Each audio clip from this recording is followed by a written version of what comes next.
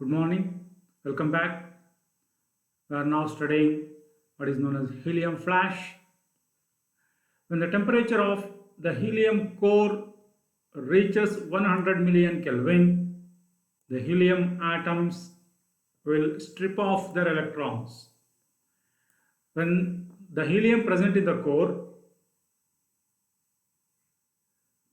when the core contracts, the helium present in the core will have an increase in temperature, and if the temperature reaches about 100 million Kelvin, 100 into 10 power 6 Kelvin, then the helium atoms present in the core will eject their electrons, or the electrons in the helium atoms will come out of the helium atoms, and the core then behaves like a solid sphere of steel. A few hours of burning of helium will take this core to the explosion point. The core then explodes like an uncontrolled nuclear bomb. And this explosion of the helium core is called helium flash. And after the explosion, the temperature and luminosity decreases. This is about helium flash. Now coming to white dwarfs.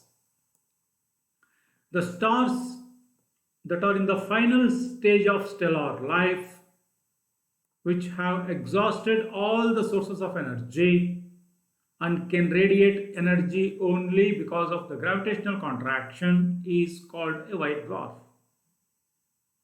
And these white dwarfs radiate thermal energy and will be cooling to their death.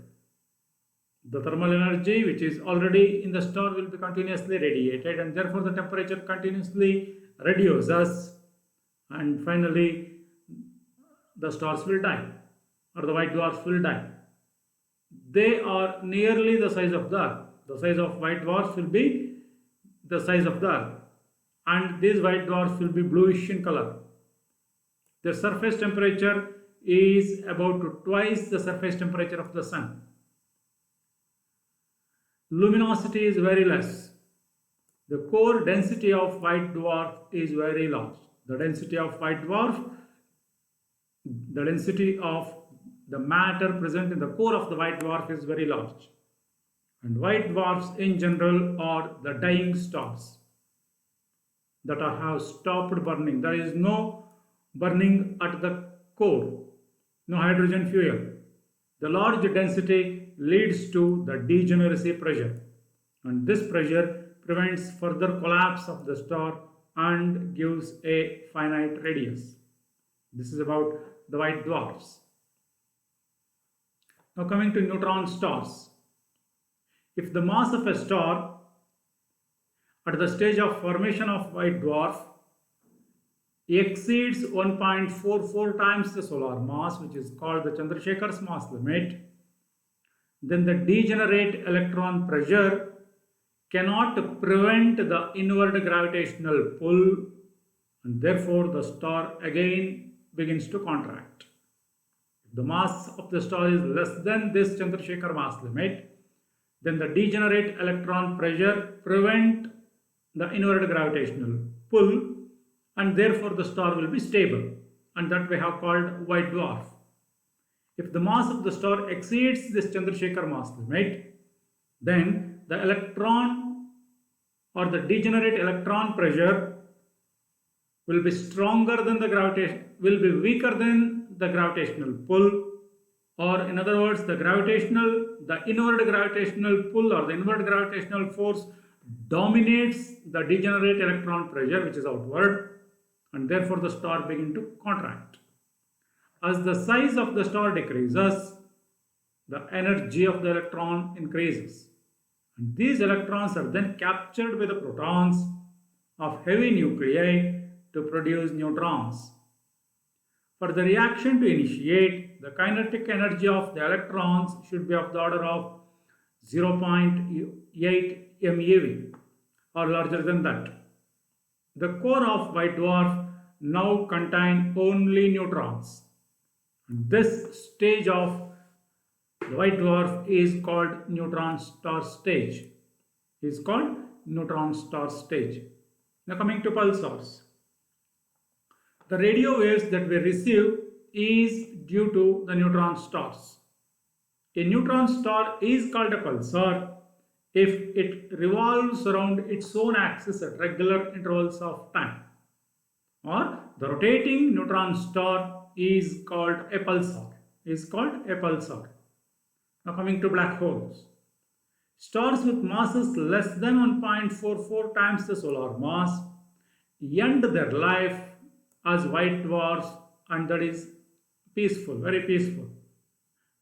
The ending of the star's life will be peaceful. But the stars of masses larger than 1.44 times the solar mass may explode at a certain stage of its evolution as supernova. If the initial mass of the star is larger than this, then after explosion, even the degenerate neutrons in the massive core may not be able to prevent the further contraction due to gravitational inward force. Then once the star contracts with increasing speed, producing more and more gravitational field, size of the star decreases. In the process, radius of the star becomes so small that even light cannot escape from the star. Now let us consider a particle of mass m, which is at a distance capital R from the center of a star of mass m, and this particle can escape to infinity if the kinetic energy of the particle is equal to its potential energy, and that is half mv square equals gmm by r. Or capital R is equal to, the m's gets cancelled, capital R is equal to 2gm by v square. If v is equal to c, then r become equal to rs, and that is called the Schwarzschild radius, and therefore rs is equal to 2gm by c square, called the Schwarzschild radius, 2gm by c square. When this radius is attained, the star will have very strong gravitational field that even it prevents light from escaping out of its surface. And this RS is called the event origin, is also called event origin because any event within this remains hidden from the view as one below the origin, and the resulting object is a black hole. Right? This is about black holes. Thank you.